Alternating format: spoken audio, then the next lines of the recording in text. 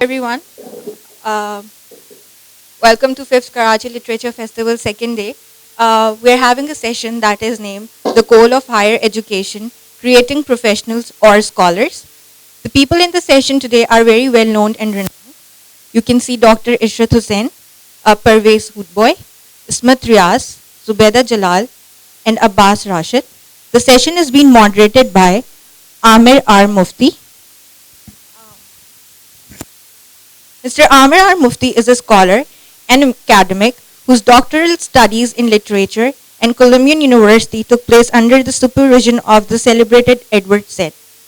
Mr. Aamir studied anthropology at Columbia and at the London School of Economics. His works consider the secularization thesis in a comparative perspective with a special interest in Islam and modernity in India and the cultural politics of Jewish identity in the Western Europe. Before the session starts, I would like to tell everyone to please put off their phones on silent and enjoy the session. The ideals of each of these ideals include aspects of the other. Scholars, after all, are necessitated, required to have a certain kind of comportment, a certain kind of professional standards that they have to live up to, or a certain degree of professionalization, certainly. Professional modality of speech also have to be trained with the rigor of a discipline, and a discipline way of thinking, much like people who might be scholars. To what extent can we sort of think of these as alternatives rather than as things that operate agree with each other? With that, I'll very briefly introduce our speakers today, and I'm ready to alphabetical order. First name, because that's how the names are, and I will focus on Pakistan's profile. Is sitting Mr. Abbas Rashid, who is known for his work for the advancement of education in Pakistan. Among other things, he is chairman of the Society for the Advancement of Education based in Lahore, an NGO working in policy-related research and advocacy in education. He is also the convener of the campaign for quality education, the network of organizations and individuals involved in collaborative research in the education sector. To my far right on stage is Mr. Ishrat.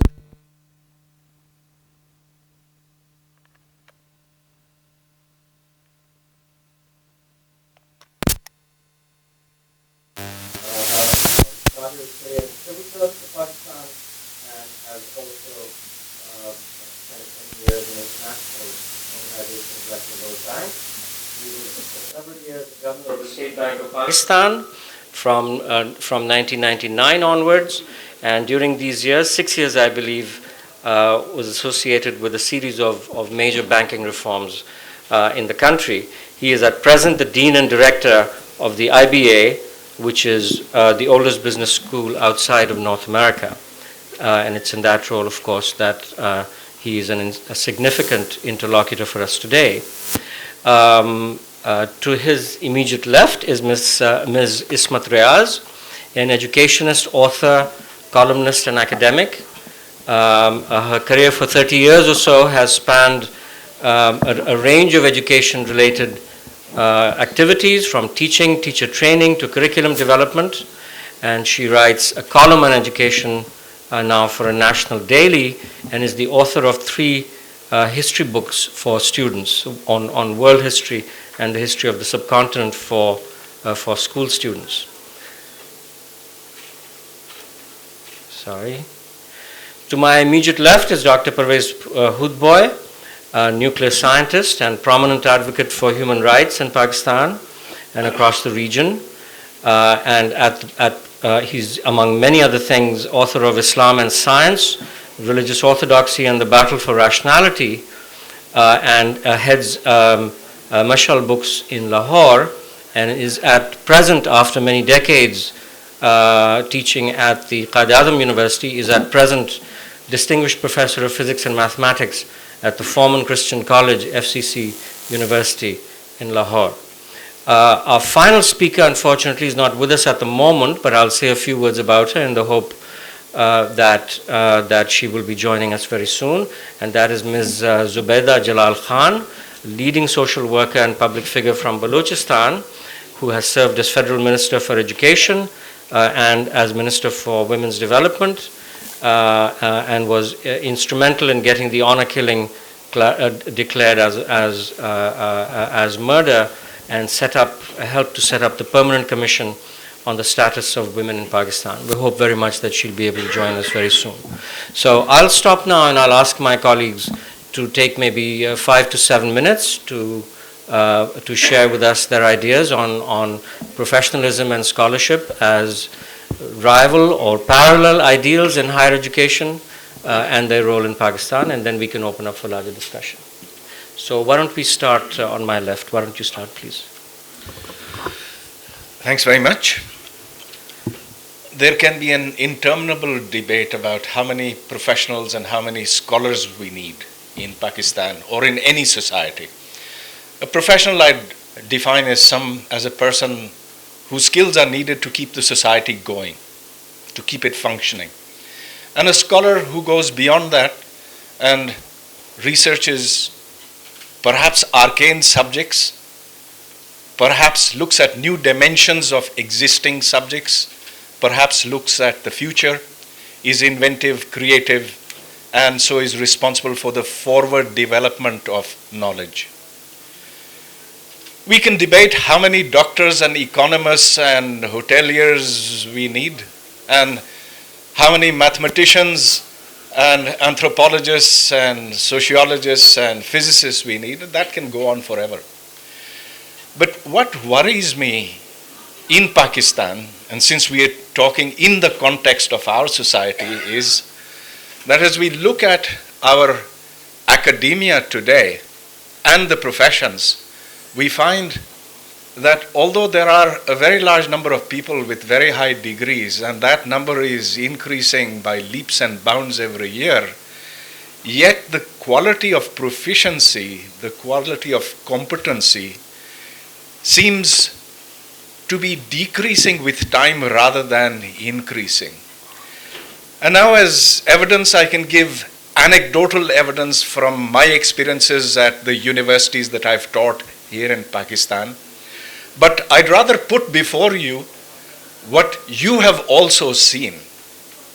I could give example after example, but let's take what happened a year and a half ago, when a man appeared and said he could make a car run on water.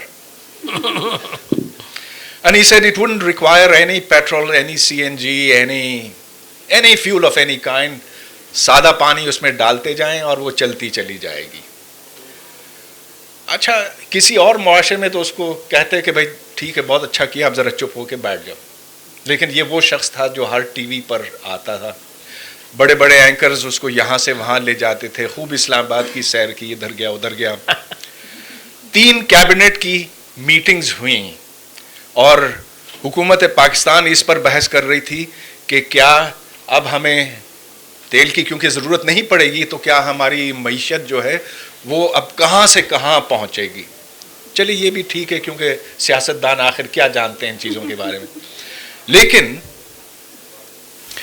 इस शख्स ने 200 साइंसदानों के सामने अपनी पानी की गाड़ी चलाई और उन सब ने तालियां पीटी और कहा कि ये तो एक बहुत बड़ा साइंसी कारनामा है.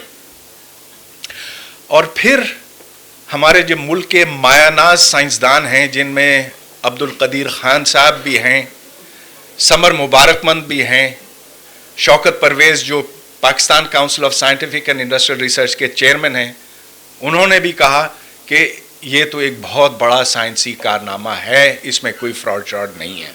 और ये सब कुछ आपने टीवी पर देखा. पाकिस्तान एकेडमी ऑफ साइंसेज ने भी इसको सराहा. अगर आप ये देखें कि किसी यूनिवर्सिटी से कोई आवाज नहीं उठी, ना इंजीनियरिंग यूनिवर्सिटी से, ना किसी और यूनिवर्सिटी से, तो ये इस बात की दलील है कि बेशक हमारे यहाँ साइंस के पीएचडीज अब बहुत हो गए हैं, लेकिन کوئی اس کی ایک اتنی آسان چیز کی کا سراغ نہیں لگا سکا.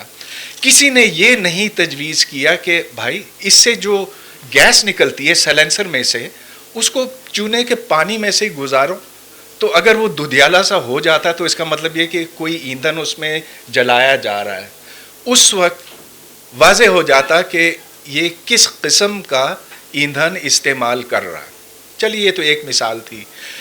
لیکن اب مسئلہ یہ ہے کہ گو کہ ہمارے ہاں پرچے پہ پرچے چھاپے جا رہے ہیں, اور higher education commission, P C S T, Pakistan council of science and technology وغیرہ یہ اس بات پہ بہت فخر کرتے ہیں کہ حالانکہ کچھ سال پہلے صرف چند 100 پرچے چھپتے تھے سالانہ, اب کئی ہزار پرچے چھپتے ہیں.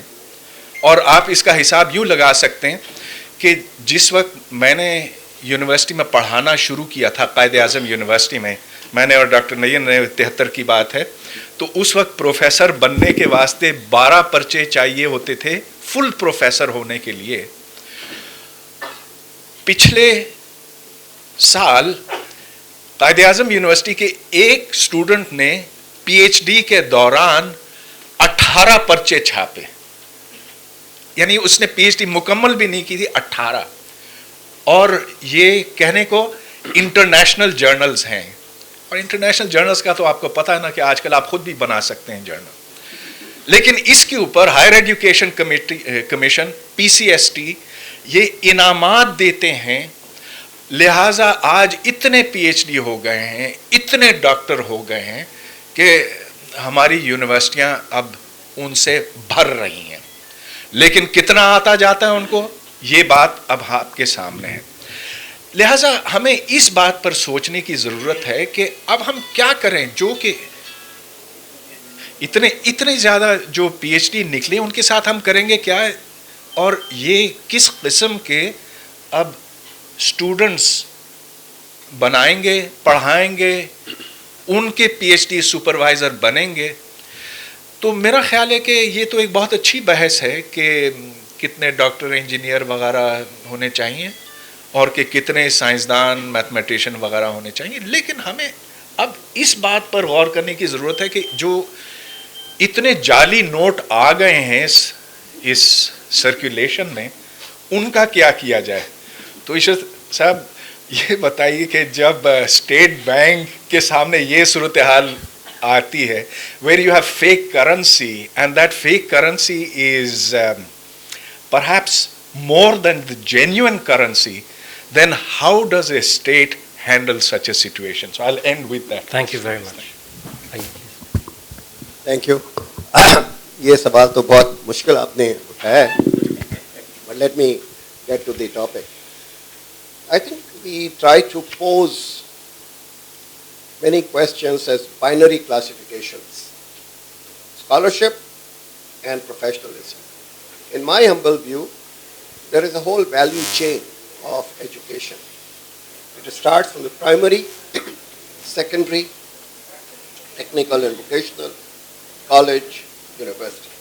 And within university education, there are choices made by the parents and made by the students depending on the conditions of a particular environment. Some of them opt to become medical doctors, engineers, accountants, and other professionals. Others choose to remain within the scholarly environment, which is the universities, research institutes, and think tanks, and they are responsible for producing knowledge. Therefore, to expect that a person whose aptitude or the societal needs are for producing professionals will also be suited to become the creator or the producer of knowledge, I think it's stretching the debate a little bit too much. So I would submit that what we have to look as to the importance of both the scholars as well as that of the professionals, and professionals respond to the economic and societal needs of a country.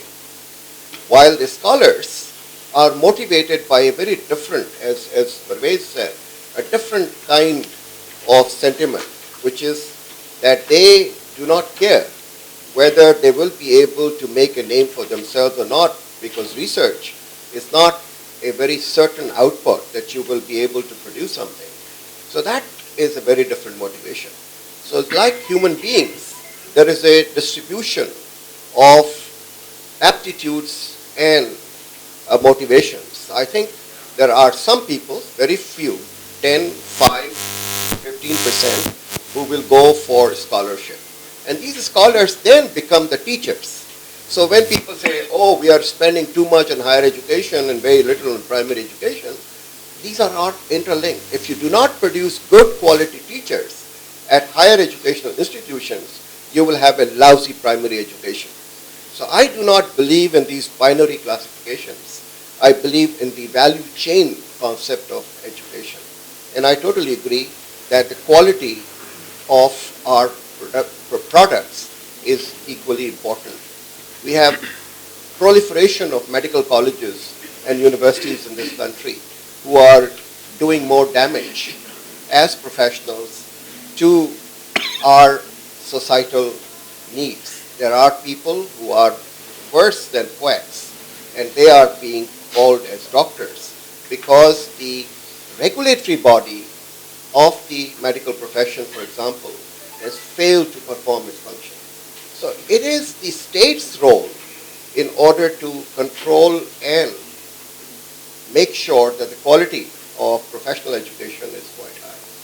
Now, I have been associated with an institution for the last 5 years, and I find it very difficult that within the boundary of the Karachi University, we are an island, that we hold classes on time. Even today when the strike is on, the classes are being held at IPA. We hold examinations on time. We get students who are accepted by the market even before they graduate. So there is something we can learn from these institutions which are performing a very important function in the society, and see what are those ingredients, what are those essential elements which can be replicated in order to extend these islands of excellence over a longer period of time and extend it over a larger universe of institutions. Now, in equality, we all are very enamored of the educational standards of India. I happen to be going there almost 3-4 times. McKinsey carried out a study of the engineering profession of Indian institutions. And they found that 10% of the total production of engineers are world class because they come from IITs and universities like the Roorkees and others. 50% somewhere are mediocres who can be accepted by the local industry and local institutions to a varying nature. Not all of them, but some of them go to the third tier of the industry, and some can be absorbed in the first tier. And 50% are unemployable. The word they use is unemployable. So in any setup where access is to be increased, you will have quality problems. There is a trade-off between access and quality. Let us hope that as access improves, there will be a shifting of quality. Only those who can really make it to the top will be the custodians of quality. Thank you. Thank you very much.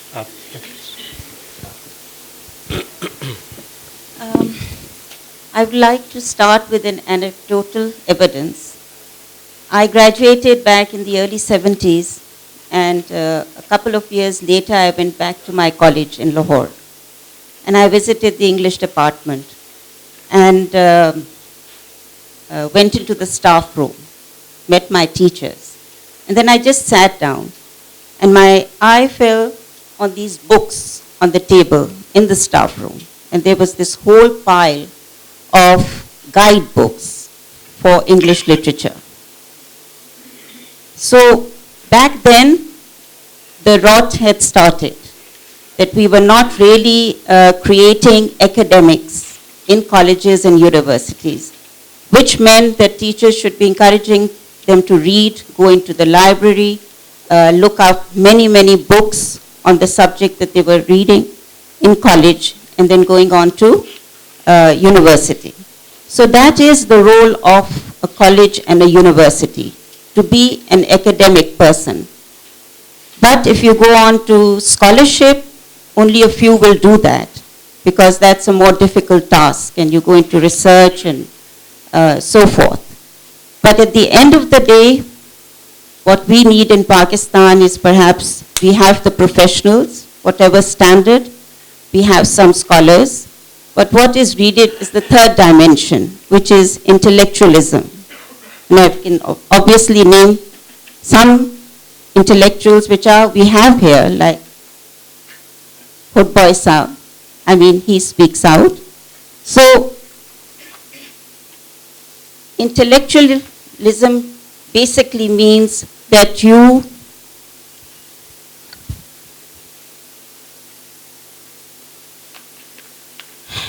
because intellectuals are in a position to expose the lies of governments, to analyze actions according to their causes and motives, and often hidden intentions.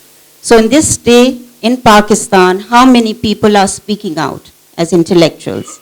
I know Pervez Bhai is one of them, and there are many others, but they are not allowed to speak, and they speak and they are not heard. So more than professionals and scholars, we need the intellectuals. So the role of our universities ought to be to create a substantial number of intellectuals, more than anything else, that they actually go into the academic stream and come out as intellectuals. And for that, we need to design curriculums and a university culture that produces such individuals. But if we continue to do what we are doing at present, just focusing on degrees, and whether you're a master's, and there are many, many masters, or you're focusing on PhDs, and you're now a doctor, you have a doctorate, and that means you are a scholar. I don't think it means you are a scholar there. But if you go back to 1947, and Mr. Fazlur Rahman was our first education minister, very learned man, and also an educationist in his own right. So the first focus that Pakistan had to do was to make primary education available to everyone in the country. That was the first goal. Now, till you have a very strong primary education to bring and give them a solid background in education, you cannot produce those scholars and professionals at the top when they get to university. And that is what we have neglected so much so far. If college education and university education is, according to Hoodbhoy Sahab, whatever it is to this day and the kind of people we are producing, it is because at the end of the day, primary education is not being given that attention. And of course, the access is the most important thing, that enough children go into schools. But if primary education is taken seriously, and teachers are trained to be primary teachers, and they should be the most well paid out of the whole education system, then only can you produce the professionals and the scholars and what Pakistan needs to progress in the world. So I'll end with that. Thank you. Thank you. Basam?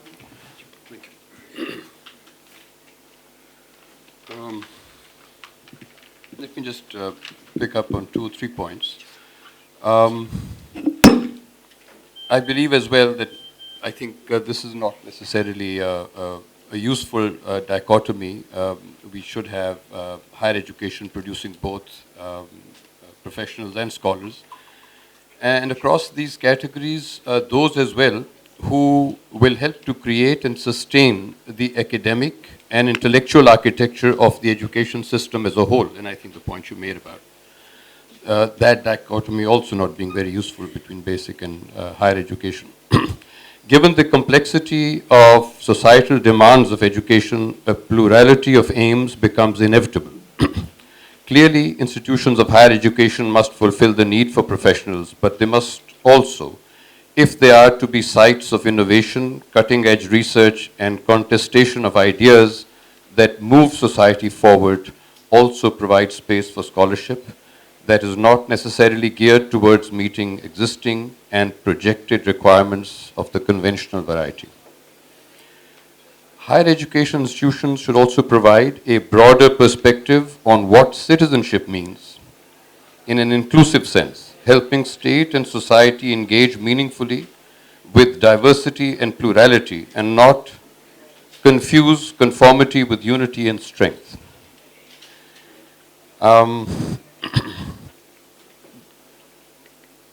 These institutions should also not be the sites for the reinforcement of class, gender, religious, or race inequalities in society. Rather, they should serve as nodal points in the struggle to address such issues. I also want to endorse your point, which is that the connection between basic and higher education, I work with an organization that deals essentially with school education.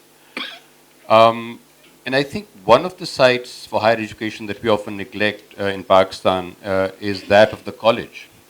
That is where most of the teachers who teach in our schools come from.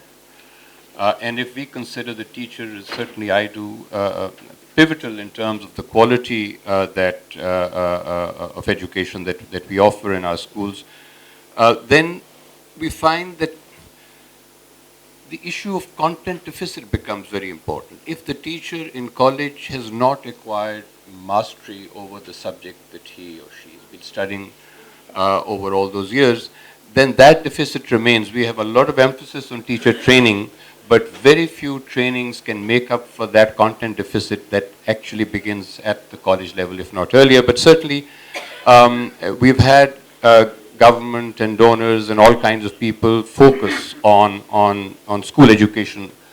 To what end they have succeeded improving the standard, the quality, that's another matter. On the other hand, HEC has focused on the universities, and it seems to me that the college has fallen somewhere between the cracks, and that's disastrous in terms of school education, and it's something that we need to address.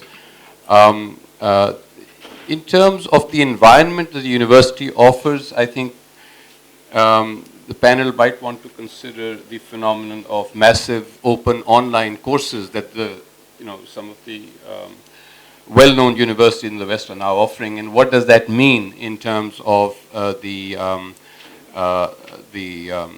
issue of how does a university or an institution of higher education provide the space and the environment to produce scholars. Because certainly we need a balance among the two, and it seems that the world is moving in a particular direction that may have consequences for the way we want to organize society and the way we want to relate with the state. Thank you. Thank you very much. We have quite a bit of time for discussion because, of course, in part because our fourth speaker is could not be here. So what I'd like to do is just open up for general discussion now, and I'll start taking questions. The gentleman in the back row, please. Yes. I'm an engineer, and you just said that what are we going to do with so many PhDs in Pakistan? I did my master's from Concordia University in 1979. I was offered a scholarship for PhD, but my professor, Dr. Alan D. Russell, who was double PhD from MIT, asked me one thing: are you going back to Pakistan? I said yes. Do you have any research facilities there? I said no. He said, the better don't do PhD, go as master's degree and serve your country. So my point is that you can have PhDs as many as as you can, but at the same time you have to develop the research facilities in Pakistan. Without that, certainly the PhD is not going to be getting any benefit from any research facility if they are not there. So I'm talking about an engineering profession. We do not have any facilities for the research, and that's why we are not progressing in the engineering field in Pakistan. Okay, thank you. Thank you very much. Right in the front, yes. No, yes. Go ahead, please. And I should say, please, let's all, if you don't mind, try and keep your questions short and crisp and to the point. Thank you. My name is Ashraf Qazi, and I think in the introduction there was some reference to the role religion might sort of have in our educational system, but I think that wasn't brought up in what the speakers mentioned, although I must compliment them on excellent presentations. Now, as far as religion is concerned, there's been a tendency here to allow the ulema to determine the content or much of the content of curricula. And it's far from clear that the ulama bring about the best or most enlightened knowledge of what the essence of religious knowledge should be. And there are just two concepts here. One is the mythical story, probably completely wrong, that Hazrat Umar, after the conquest of Alexandria, destroyed the library of Alexandria on the assumption that if they comport with the Quran, they're unnecessary, and that if they contradict the Quran, they're totally sort of virulent and criminal, and on either case, they're unnecessary, should be burned. And then there's the hadith, utlubul ilma walau bisin, that obtain knowledge even if you have to go to China, and many of the ulama seek to interpret this as religious knowledge. Well, there's no way the Prophet could have been referring to China as a source of religious knowledge. Obviously, it was secular knowledge, and the word secular means of this world. So you need to know things of this world before you can prepare for the hereafter. How much of this is emphasized in the necessary religious instruction that must be part of our education? Okay. So, would anybody like to take that on? Sure. Yeah. The first question regarding research, I'd say that before research becomes possible or even worth attempting, one has to have sufficiently strong foundations in that subject, be able to understand and articulate the principles of that subject, be able to solve textbook problems before embarking on research. The second question was about religion and whether it is a force for our retrogression. Certainly there is nowhere in the Quran or Hadith that you should not study science. Science, in fact, didn't exist in those times, frankly. However, there are effects of religion which are felt throughout our society, more at the school level than at the university level. Certainly when we teach courses in biology or chemistry or physics, there is nothing anti or pro-Islamic in there. There's nothing that's forbidden or allowed. That's not the point. But the kind of attitudes which are imbibed at the school level, that of obedience, that of submission to authority, these are the antithesis of research, of investigation itself. There is a fact, and let's face it, that for the last 800 years, Muslims have done zero science. There is no invention of modern times that can be ascribed to any Muslim. We've thrown Abdus Salam out, fortunately. And if you look at the state of science in Muslim countries, it's not for lack of resources. I mean, look how much money Saudi Arabia has, how much it spends on education, and yet achieves exactly zero.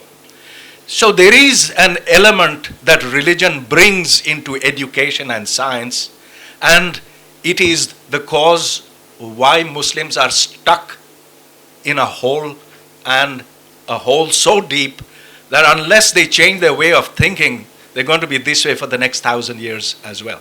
Thank you. Ishrat?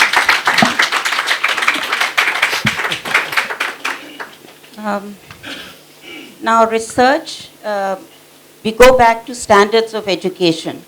if we need to get anywhere, it's not religion which is holding us back. It is the fact that we have to develop the faculty of reasoning and understanding objectively. And this starts from class 1. The habit of research starts from class 1. But if you're going to close minds with rote learning constantly, and if Islamiyat is a subject in school which is rote learned, does not give any kind of religious knowledge to the children, it's a waste of time. Unless they use their faculty of reasoning and objectivity there also, then only will it help there to improve their intellect. So it all boils down to the way we are teaching in schools, the teaching methodology. Unless that is made to turn around, nothing is going to improve at the higher education level. And the second thing is, our teachers are not trained. We hear a lot of teacher training around, but they come for a 4-hour workshop. They sit there, they hear the instructor, and they go away. There's no way of monitoring that what they have learned in that workshop, they are actually practically doing in the classroom. So the time, I think, has come for all teachers to be certified and go through a course of educational philosophy, psychology, whatever, before they actually enter the classroom. And that way we can make standards come up, because the teachers, unless the teachers have quality, you will not have quality education. Thank you. Okay, so we'll take 2 questions at a time. The gentleman in the front row here. मेरा नाम शेरशाह है, मैं doctor हूँ, लेकिन मैं परवेज़ हुडभाई की इस बात से बिल्कुल मुत्तफिक हूँ कि अभी पीएचडी इतने ज़्यादा हो गए हैं कि मैं सिंपल से डॉक्टरों को भी मुझे लोग पीएचडी समझने लग गए हैं। और जहाँ तक मेडिकल एजुकेशन का ताल्लुक़ है, इशरत साहब ने बिल्कुल सही बात बोली कि इस वक्त जो हम डॉक्टर बना रहे हैं वो एमबीबीएस ग्लोरीफाइड क्वैक्स हैं टोटल। और मेडिसिन में स्कॉलरशिप तो बहुत दूर की बात है, हम प्रोफेशनल तक पैदा नहीं कर रहे हैं। कोई मेरा रिश्तेदार मुझे फ़ोन करके बोलता है कि फ़लाँ प्रोफेसर के पास गया हुआ हूँ मैं, तो मुझे दौरे पड़ने लग जाते हैं, यार इसके पास गया कैसे, ये अभी तो इसको कुछ पता नहीं क्या कर देगा ये, इस वक्त पोजीशन ये है। वजह ये है कि जो हमारी बेसिक एजुकेशन है, इस पर मैं इशरत साहब से बिल्कुल डिसएग्री करता हूँ कि प्राइमरी एजुकेशन का यह हाल हो गया है कि मैं अब डॉक्टरों की तालीम व तरबियत से हट करके थोड़ा सा मिडवाइफरी ट्रेनिंग में चला गया हूँ, कोशिश कर रहा हूँ कि मिडवाइफ्स को पढ़ाऊँ। अब मेरे पास जो मैट्रिक पास साइंस लड़कियाँ आती हैं मैट्रिक की भी, ना उनको इंग्लिश आती है, ना सिंधी आती है, ना उर्दू आती है और ना साइंस आता है। मुझे 5-6 महीना उनको बताना पड़ता है, पहले तैयार करना पड़ता है कि सिंपल मिडवाइफरी का जो कोर्स है उसको पढ़ सकें। तो जो हमारे अताउर रहमान साहब ने और परवेज़ मुशर्रफ साहब ने बिलियन ऑफ रुपीज़ खर्च कर दिए पोस्ट ग्रेजुएशन पर, मैं अपने जिन स्कूलों में जाता हूँ जहाँ मैं पढ़ा हूँ, मुझे शर्म आती है कि इन स्कूलों का हशर क्या हो गया। मिसाल के तौर पर एनजेवी स्कूल है, मैं वहाँ का पढ़ा हुआ हूँ। अब मेरा तो ख्याल है कि एनजेवी स्कूल में जिन लोगों ने मैट्रिक किया था वो थोड़ा बहुत स्कॉलर थे, फॉरगेट अबाउट, थोड़ा बहुत उनको आता जाता था। अभी तो हाल ये कि वहाँ से जो बच्चे निकलते हैं उनका वो हशर है कि कुछ अंदाज़े नहीं कर सकते। तो मैं ये पैनल से मेरी दरख्वास्त है कि स्कॉलरशिप और प्रोफेशनलिज्म वहाँ नहीं शुरू होती है जहाँ पर आप बहुत पहले कुछ प्राइमरी एजुकेशन की ऐसी बेसिस बनाएं जहाँ पर ऐसे लोग पैदा हों जिनको शौक़ हो कि हमने पढ़ना है। जी शुक्रिया, आप बोलिए। ओके जी जी। Raj Khan, express news Karachi. Sir, Hoodbhoy साहब से मेरा एक क्वेश्चन था। आपने एक वाक़े का जिक्र किया 1.5 साल पहले पानी की गाड़ी चलने का। सर, ये कुछ ऐसे वाक़यात होते हैं जो अगर आप इस सिंपल टर्न है, अगर आप गूगल पे भी बैठें तो पता चल जाता है। तो आप क्या समझते हैं कि एजुकेशन सिस्टम ने हम लोगों को ऐसा कर दिया, अब हम रिसर्च और पढ़ने से दूर हो गए, या एज ए सोसाइटी हमने अडॉप्ट कर लिया कि अब पढ़ना और रिसर्च करना है ही नहीं? और अगर ऐसा है तो ये कितना ख़तरनाक है? Abbas would like to respond to the first one. Thank you.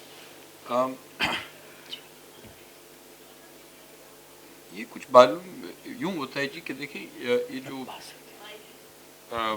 जो बात अभी आपने कही, ख़ास तौर पे मैं उसको एड्रेस करना चाह रहा था, ये बेसिक एजुकेशन के हवाले से कि मेरे ख्याल में इशरत साहब ने और मैंने जो बात की थी वो कुछ इस तनाजुर में कि जो असातिज़ा हैं जो स्कूलों में पढ़ाएंगे वो बहर सूरत university and more particularly college level से उन्होंने आना है। वहाँ पे अगर वो अपना मजमून ख़ुद नहीं सीख पाते तो वो किसी को सिखा नहीं सकते। एक तो بیسک ایشو یہ ہے. دوسرا ایشو جو زبان کا آپ نے چھیڑا ہے وہ میری نظر میں بہت اہم ہے.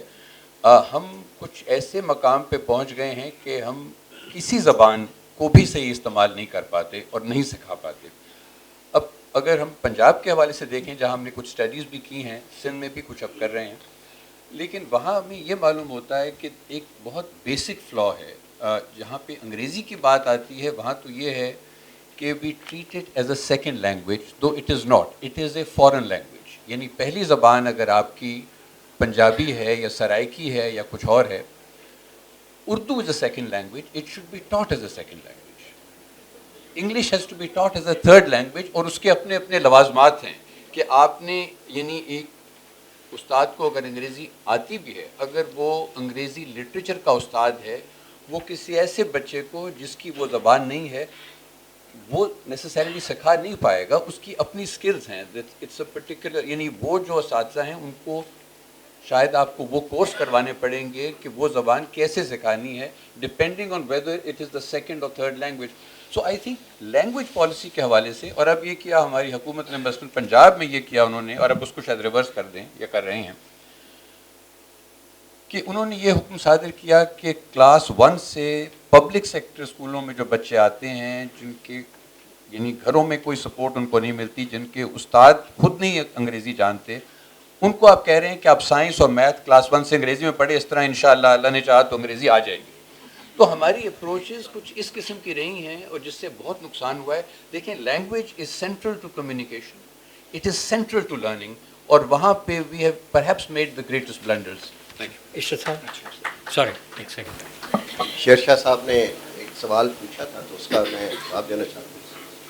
دیکھیں, جو اس وقت ہمارے انٹرمیڈیٹ بورڈ اور سیکنڈری بورڈ ہیں ان کے ریزلٹس کو آپ بالکل ہی ایکسیپٹ نہ کریں. میرے پاس نیشنل ٹیلنٹ ہنٹ پروگرام ہے, سندھ ٹیلنٹ ہنٹ پروگرام ہے. میں کند پورٹ سے, گلگت سے, راجن پور سے جو اسٹوڈنٹس آتے ہیں فرسٹ ڈویژن کے, ان کو یہاں پر لا کے ٹیسٹ دیتا ہوں تاکہ ان کو میں 3 مہینے پڑھا سکوں. فرسٹ ڈویژن والے جو ہوتے ہیں وہ فیل ہو جاتے ہیں, اور سیکنڈ ڈویژن والے جو ہوتے ہیں وہ پاس ہو جاتے ہیں, کیونکہ انہوں نے پڑھا ہوتا ہے, انہوں نے کوئی روٹ لرننگ نہیں کی ہوتی اور نقل نہیں کی ہوتی یا کوئی انفلوئنس نہیں چلایا ہوتا بورڈ میں. لیکن ان میں ٹیلنٹ ہے, آپ کو ان کو موقع دینے چاہیے. ہم موقع نہیں دیتے. ہم ایک ڈگری کے طور پر جو فرسٹ کلاس آ گئی اس کو ایڈمیشن دے دیں گے, سیکنڈ کلاس آ گئی اس کو ریجیکٹ کر دیں گے. ٹیلنٹ جو ہے وہ ڈویژن کے حساب سے نہیں. تو میری صدا آپ سے یہ ہے کہ آپ جو مڈ وائفری کا ایک نیا محکمہ ہے, نیا ایک سبجیکٹ ہے, آپ اس میں جب تک کہ کوئی انسینٹیو نہیں دیں گے کہ اس کے بعد یہ کیا کریں گے, اس وقت تک اچھے آپ کے پاس طلباء نہیں آئیں گے. مجھے بڑا فخر ہے کہ میں 5 سال سے دیکھ رہا ہوں کہ غریبوں کے بچے آتے ہیں. یہ لڑکا کھڑا ہوا ہے, مچھر کالونی میں پڑھتا رہتا ہے, اس نے ڈی سی ایف سے کیا ہوا ہے, یہ میرا اسٹار پرفارمر ہے, اس کو میں ٹیلنٹ ہنٹ پروگرام میں لے کے آیا ہوں. یہ امریکہ تک ہو کے آیا ہے وہاں پر سلیکشن. تو ٹیلنٹ کو ہنٹ کرنا پڑتا ہے, ایسے ٹیلنٹ نہیں آتا. پرویز صاحب. جی ڈاکٹر صاحب, شیر صاحب, ایک بنیادی فرق آیا ہے اور وہ یہ کہ اب ہم زیادہ سے زیادہ اطاعت پر زور دیتے ہیں, یاد کرنے پر, حفظ کرنے پر. آپ کے زمانے میں شاید بچوں کو ناظرہ نہیں آتا ہوگا, اب تو آتا ہے اللہ کے فضل سے. یہ جو سوال, ہاں, اور عباس صاحب نے جو کہا یہ زبان کا مسئلہ, یہ ہے بڑا اہم. اس کا حل بھی ہم نے نکال لیا. اب اگلے سال سے عربی یہاں پڑھائی جائے گی, پھر سب معاملہ درست ہو جائے گا. یہاں سے ان صاحب نے کہا کہ یہ جو پانی کی گاڑی کا مسئلہ تھا یہ ہمیں کیا دکھاتا ہے. میرے خیال میں سب سے بڑی چیز جو اس سے واضح ہوتی ہے وہ یہ کہ ہم مشاہدہ, ثبوت, منطق, ان چیزوں کو الگ کرتے ہیں, ڈگریز کو سامنے رکھتے ہیں, اور یہ کہ ہم کس چیز پہ ایمان رکھتے ہیں اس کو فوقیت ملتی ہے. تو یہ جو سوچنے کا طریقہ ہے یہ ہمیں بھٹکا رہا ہے مختلف طریقوں سے. میں آپ کو ایک چھوٹی سی مثال دیتا ہوں पिछले दिनों टीवी पे एक मुज़ाकरा था जिसमें हमीद गुल के साहिबजादे अब्दुल्ला गुल को बुलाया गया था और मुझे भी। तो एंकर ने पूछा कि ये खुदकुश हमले कौन कर रहा है। उसने कहा कि जाहिर के बाहर वाले कर रहे हैं। उसने कहा आपको कैसे पता कि उनके खतने नहीं होते हैं? तो फिर मैंने पूछा कि क्या आपने देखा? उसने कहा नहीं, लेकिन ऐसा है। मैं कहा कैसे पता आपको? कहने लगे कि जैसे उस स्वात की लड़की को जिसको कोड़े लगे थे ना, चांद बीवी, उसको $50,000 मिले थे, वैसे ही। मैंने कहा उसका आपको कैसे पता? यार ये तो आप क्या पूछते हैं हर वक्त सुबह। यानी कि कोई बुनियाद नहीं होती है किसी चीज़ की, महज मफरूज़े होते हैं। और ये हमारा एक कल्चर बन गया है कि मानो, पूछो नहीं कि सबूत क्या है। और इसी का शिकार हमारे साइंसदान भी हैं, बराए नाम जो सो कॉल्ड साइंसदान हैं, बड़े वाले भी, वो भी यही करते हैं। ओके, तारक रहमान साहब जी, देखिए सिर्फ 6 मिनट रह गए हैं, तो आपसे माजर चाहता हूँ, सबको मौका नहीं मिलेगा जो सवाल पूछना चाहते हैं। पूछिए आप। यू हैव बना, चलें आप कीजिए जी।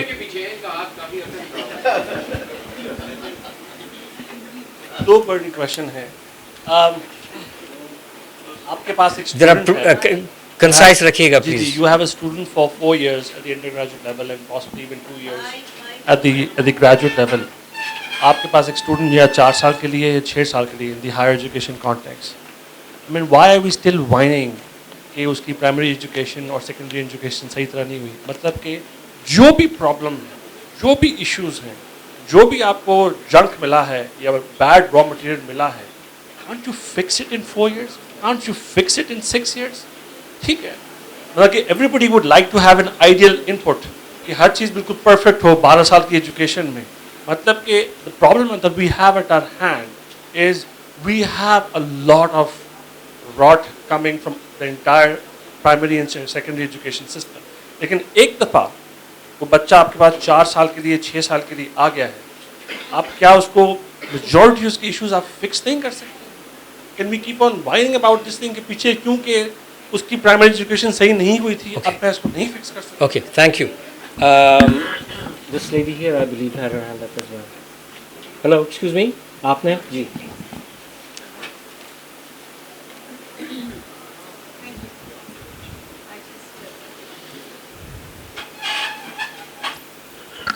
I'm quite surprised by that question because I guess that it has a very simple answer, but of course you guys know how to best. Okay, can you hear me now? Yes. Okay, मेरा सवाल जो है वो थोड़ा सा basics की तरफ है कि जब बच्चा हम स्कूल भेजते हैं और हमारा जनरल पेरेंट्स से लेकर जनरली जो हमारे माशरे का की अंडरस्टैंडिंग है कि जब हम स्कूल भेजते हैं तो हम एजुकेट करने के लिए भेजते हैं, whereas there is concept, parallel concept, जिसमें ये कहा जाता है कि स्कूल हम लिटरेट करने के लिए भेजते हैं, कॉलेज हम लिटरेट करने के लिए भेजते हैं, सो दैट वो लिटरेसी उस पर्टिकुलर सब्जेक्ट की जो है वो इंसान को इस काबिल करे कि वो अपने आप को एजुकेट कर सके। Now this is a totally different concept because लोगों का ये समझना कि हमने कॉलेज पास कर लिया है, हमने स्कूल पास कर लिया है तो हम एजुकेट हो गए हैं, doesn't really ring true if you are believing in this concept कि आपके पास tools तो हैं, आप literate तो हो एक certain language में, लेकिन उस language का context क्या है, उस language का process क्या है और उस language का aftermath क्या है, उसके मुतालिक जब तक आपको तजुर्बा नहीं है और वो एक personal level पर आता है, वो आप सिर्फ किताब पढ़ने से हासिल नहीं कर सकते. So to reach that level of educating yourself, how does that affect the present situation where you actually are believing that if I have finished school, if I have finished college, if I have finished university, and I have a degree or a diploma in my hand, I'm educated? Thank you. Would you like to answer? Very briefly, education is a process of creating a mindset. A mind, therefore, which is educated, wants to acquire more knowledge, wants to know more. And it doesn't matter what degrees you have or if you don't have a degree. If you have that urge to want to know, then consider yourself educated. Otherwise, not. Thank you. I would like to, आपका काफ़ी देर से हाथ उठा हुआ है. ये आखिरी सवाल होगा. I'm very sorry. Time हमारे पास नहीं बचा. ये साहब जो हैं. we need to have strong systems. I'm going to give you a response. अच्छा, sorry. Unless you have a strong system in place, and that is what the Western countries are using, their primary and secondary education to get to the higher level. And they are, it's bearing fruit, but it's not bearing fruit with us. And the kind of teachers that we have now at college and university level cannot hone these recruits from primary and secondary education that we have in Pakistan. It can't be done that easily. A very quick response to you. I think that you can fix them at the lower levels. It becomes harder and harder as you go up. By the time you've reached the master's level, forget it. But if you want to fix them at the bachelor's level, it's easier. If you want to fix them at the level of intermediate or metric, much easier. It's easier as you go down. देखिए मसला क्या है? ज़्यादातर public sector की universities हैं, वहाँ पर there is no sense of commitment towards it. जो प्राइवेट यूनिवर्सिटीज़ हैं या प्राइवेट इंस्टीट्यूशंस हैं, they are for profit making. So you have a lack of commitment. If you have commitment, आप remedial courses कराएंगे आप उनको, ताकि उनकी जो weaknesses हैं, उनको आप strengthen कर सकें, और उसके बाद मेन स्ट्रीम में लेके आएं. लेकिन इसके लिए आपको रिसोर्सेज भी चाहिए और सेंस ऑफ कमिटमेंट भी है. सो ना पब्लिक यूनिवर्सिटीज़ में इस वक्त ना private universities. Thank you very much. I'm very sorry. I believe we are out of. Do we have? चलें एक आखिरी सवाल प्लीज़. सर मेरा नाम मलिक कप्री है, मैं थरपारकर से आया हूँ. मैं ये सवाल पूछना चाहता हूँ स्टेट और स्टेट की इंस्टीट्यूशंस के हवाले से. थरपारकर में अगर आप अभी देखेंगे इतने मदरसे खुल रहे हैं, स्कूल सारे बंद हो रहे हैं क्योंकि वो डेजर्ट का एरिया है, और लगता है कि ये मदरसे स्टेट इंस्टीट्यूशंस की भी स्पॉन्सर्ड हैं, वो इस तरह नहीं खुल रहे. मैं कह रहा हूँ कि जब स्टेट डॉक्टर अब्दुल सलाम के साथ क्या हुआ, अभी तक क्या उनको लेके जो हमारे रवैये हैं, तो जब स्टेट खुद इन चीज़ों को ही पैट्रोनाइज ना करता हो तो वहाँ पे स्कॉलर और प्रोफेशनल की बात करना तो बिल्कुल अजीब लगता है. मैं आपकी राय चाहता हूँ. जी जी. I think we're out of time. I'm very sorry to all of those who are keen to participate in the conversation. I want to thank my colleagues and co-panelists. Thank you very much for a stimulating discussion. Thank you.